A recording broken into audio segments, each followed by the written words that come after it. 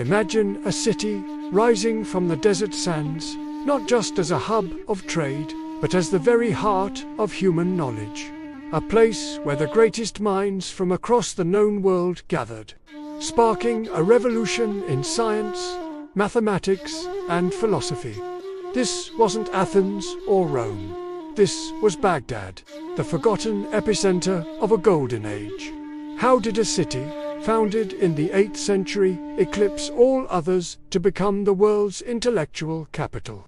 The story begins not with bricks and mortar, but with an insatiable thirst for knowledge. The early Abbasid caliphs, rulers of a vast and flourishing empire, weren't just conquerors.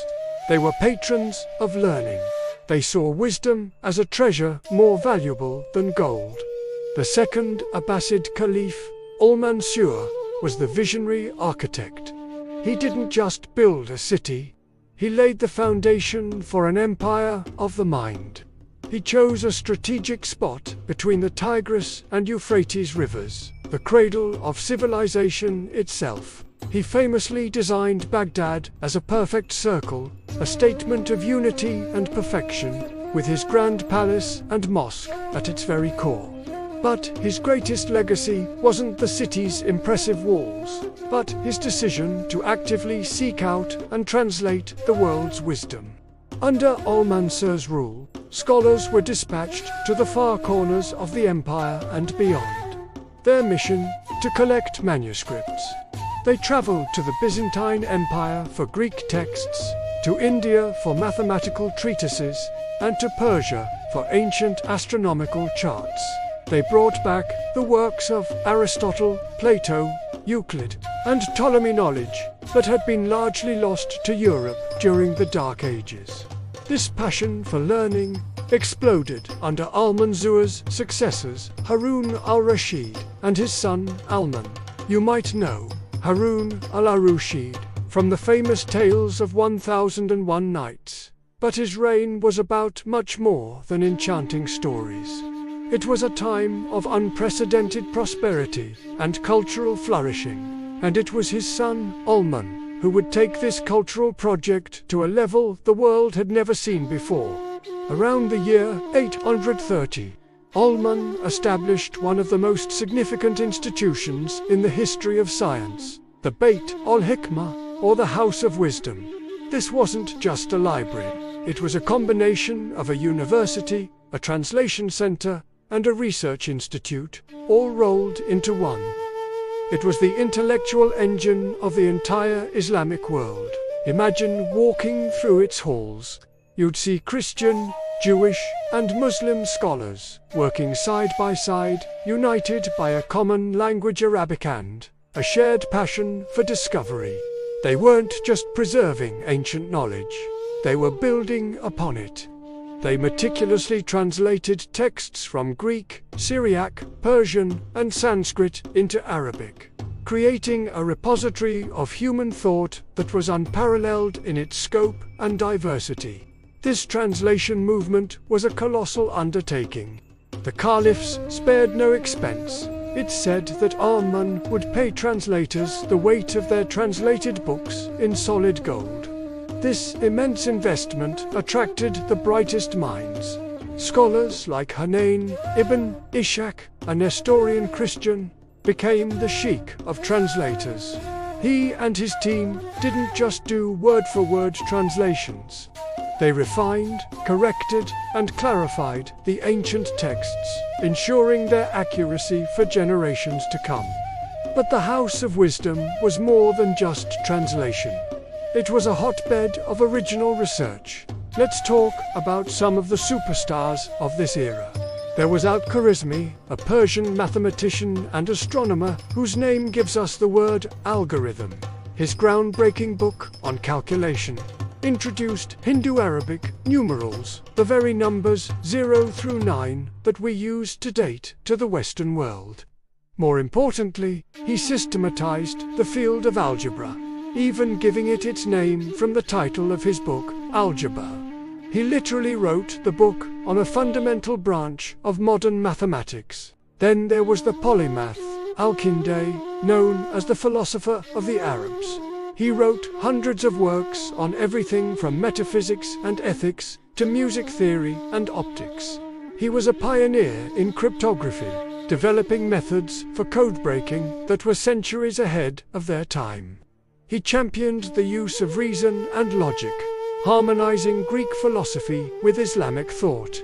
In the field of medicine, Baghdad was revolutionary. Hospitals were established that were far more advanced than anything in Europe. They were secular institutions, open to everyone regardless of faith or background. They had specialized wards for different diseases, pharmacies, and even medical schools. Doctors like Al-Razi, known in the West as Rhazes, wrote comprehensive medical encyclopedias that were used as standard textbooks in European universities for over 500 years.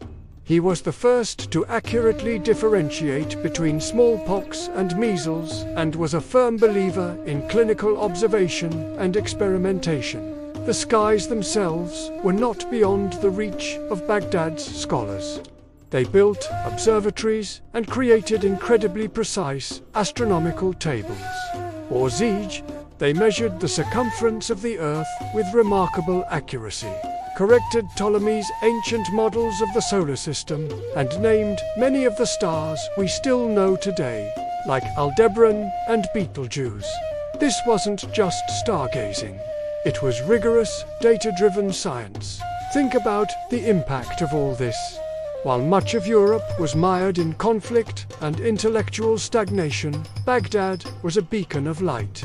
It was a city where debate was encouraged, where science was funded by the state, and where knowledge was the ultimate currency.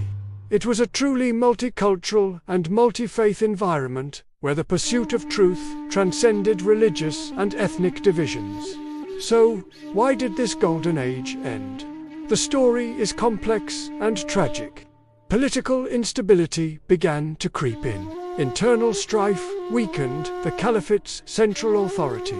But the final, devastating blow came in 1258. A Mongol army, led by Hulagu Khan, grandson of Genghis Khan, laid siege to Baghdad. After the city fell, a week of destruction ensued that is difficult to comprehend. The city was sacked, its population massacred. The grand libraries, including the legendary House of Wisdom, were utterly destroyed. Accounts from the time describe a horrific scene.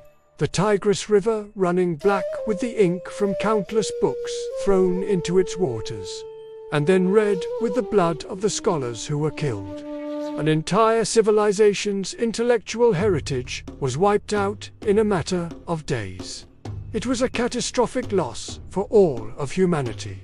The center of the intellectual world had been extinguished, but the light of Baghdad was never completely put out.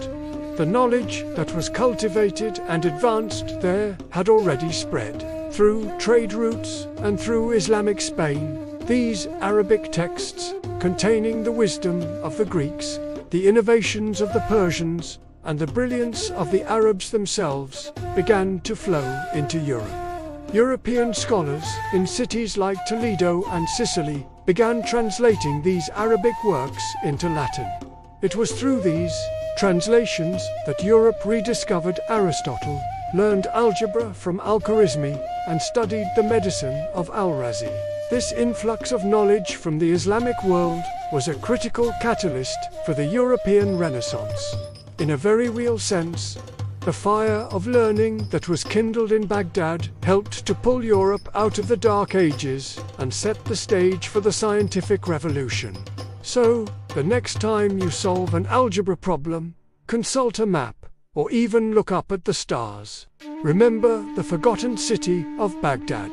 Remember the House of Wisdom and the incredible scholars who, for a few brilliant centuries, made their city the undisputed center of the world's knowledge.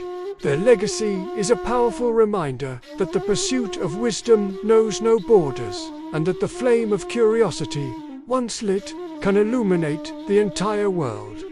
Thank you so much for joining me on this journey back in time. If you found this story as fascinating as I do, please hit that like button and subscribe for more deep dives into the history that shaped our world. Let me know in the comments what historical topic you'd like to explore next. See you in the next video.